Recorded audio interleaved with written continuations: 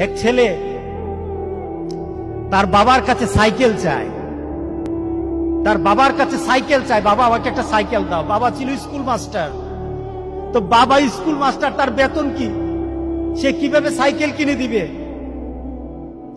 কিনে দেয় না। ছেলেও নাসুর বান্দা, সাইকেল চাই কিনে দেয় না, সাইকেল চাই কিনে দেয় না। একবার ছেলে বাবাকে বলল, বাবা আমাকে সাইকেলটা কিনে দাও না। বাবা রাগ করলেন, রাগ কিয়ে বললেন, আরেকবার সাইকেল চাইবি তাহলে পিটামো, তুই আমাকে বিরক্ত করতেছিস। কি বলেন, আমরা বিরক্ত হই না মাঝে মাঝে? সন্তান যদি বেশি আমার ক্ষমতার বাইরে যদি সন্তান কিছু চায় তাহলে আমরা বিরক্ত হয়ে যাই। আরেকবার চাইবি তাহলে পিটা দেবো, তাহলে মাইর দেবো, তো তুই আমাকে বিরক্ত করতেছিস। সন্তান বারবার চাওয়ার কারণে বাবা বিরক্ত হয়ে গেল। সন্তান কিন্তু রাসূল বলে, সন্তান বাবার দিকে তাকিয়ে করুণ সুরে কাঁদতে কাঁদতে বলল, বাবা তুমি কি মারবা? তুমি ছাড়া আমি কার কাছে চাইবো বলো? তুমি ছাড়া তো আমার আর চাওয়ার জায়গা নাই।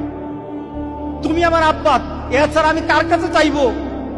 যাওয়ার ক্ষমতাও যদি তোমার থাকে তোমার কাছে চাইবো, না চাইলে তিজও তোমার কাছে চাইবো। আমি কার কাছে চাইবো বলো? তুমি আমাকে ফিরিয়ে দিবা, কিন্তু আমি ফিরিয়ে দিলে দিতে পারো, কিন্তু আমি কার কাছে চাইবো? আমার তো তুমি ছাড়া কেউই নাই। বাবার সাথে সাথে ছেলেটাকে বুকের মধ্যে আঁকড়িয়ে ধরলেন। বাবা তুই আমাকে এমন একটা কথা শোনালি, যা তোকে আগামীকাল সাইকেল কিনে দেব। সুবহানাল্লাহ, সুবহানাল্লাহ। তার মানে কি, ছেলে তার বাবার হৃদয়ে টাচ করেছে। তার কথার মধ্যে আবেগ ছিল, ভালোবাসা ছিল, নিবেদন ছিল, যে বাবা তুমি না দিতে পারো, কিন্তু আমার তো তুমি ছাড়া কেউই নাই। তুমি না আমাকে ফিরিয়ে দিতে পারো, কিন্তু আমার চাওয়ার জায়গা তোমার ছাড়া আর তো কেউই নাই। আমি তোমার কাছেই তো চাইবো।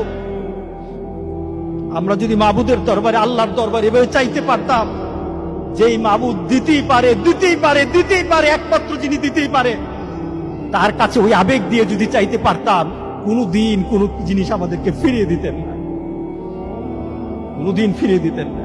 আমরা চাইতেই পারি না, আমরা ওইভাবে আল্লাহর দরবারে চাচ্ছি না। আমরা যদি চাইতে পারতাম, তাহলে পৃথিবীতে আমাদের এই তো বিপদ থাকতো না।